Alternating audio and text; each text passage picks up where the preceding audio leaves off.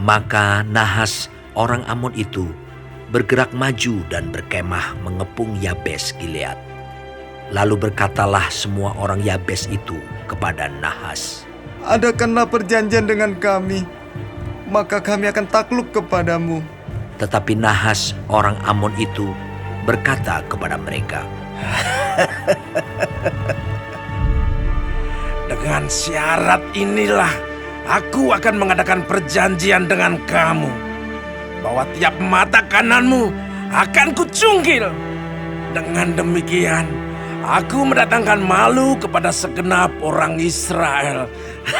Para tua-tua Yabes berkata kepadanya, Berilah kelonggaran kepada kami 7 hari lamanya, supaya kami mengirim utusan ke seluruh daerah Israel.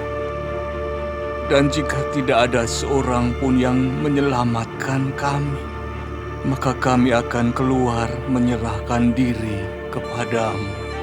Ketika para utusan itu sampai di Gibea Saul dan menyampaikan hal itu kepada bangsa itu, menangislah bangsa itu dengan suara nyaring.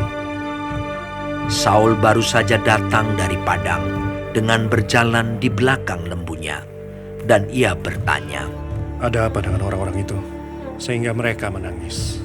Mereka menceritakan kepadanya kabar orang-orang Yabes itu. Ketika Saul mendengar kabar itu, maka berkuasalah roh Allah atas dia, dan menyala-nyalalah amarahnya dengan sangat. Diambilnyalah sepasang lembu, dipotong-potongnya, lalu potongan-potongan itu dikirimkannya ke seluruh daerah Israel dengan perantaraan utusan. Pesannya, "Siapa yang tidak maju mengikuti Saul dan mengikuti Samuel, lembu-lembunya akan diperlakukan juga demikian." lalu Tuhan mendatangkan ketakutan kepada bangsa itu, sehingga majulah mereka serentak. Ketika Saul memeriksa barisan mereka di Bezek, maka ada 300.000 orang Israel dan 30.000 orang Yehuda. Kepada para utusan yang datang itu dikatakan, "Beginilah kamu katakan kepada orang-orang Yabes Gilead, besok pada waktu panas teriknya matahari, akan datang bagimu penyelamatan." Ketika para utusan kembali dan memberitahukan hal itu kepada orang-orang Yabes, bersukacitalah mereka. Lalu orang-orang Yabes itu berkata kepada Nahas, "Besok kami akan keluar menyerahkan diri kepadamu. Maka bolehlah kamu lakukan terhadap kami apapun yang kamu pandang baik."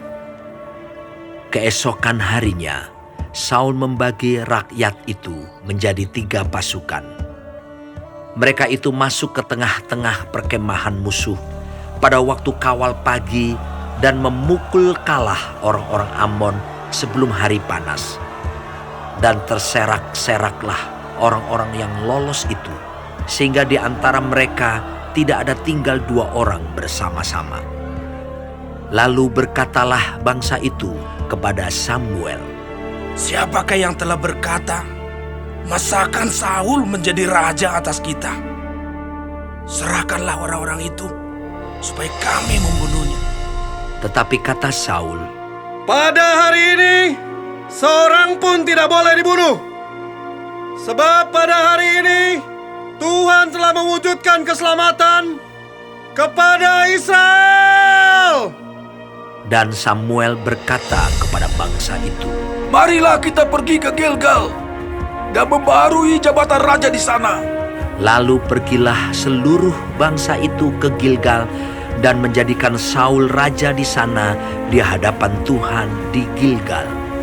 Dan mereka mempersembahkan di sana korban keselamatan di hadapan Tuhan, dan bersukarialah di sana Saul dan semua orang Israel dengan sangat.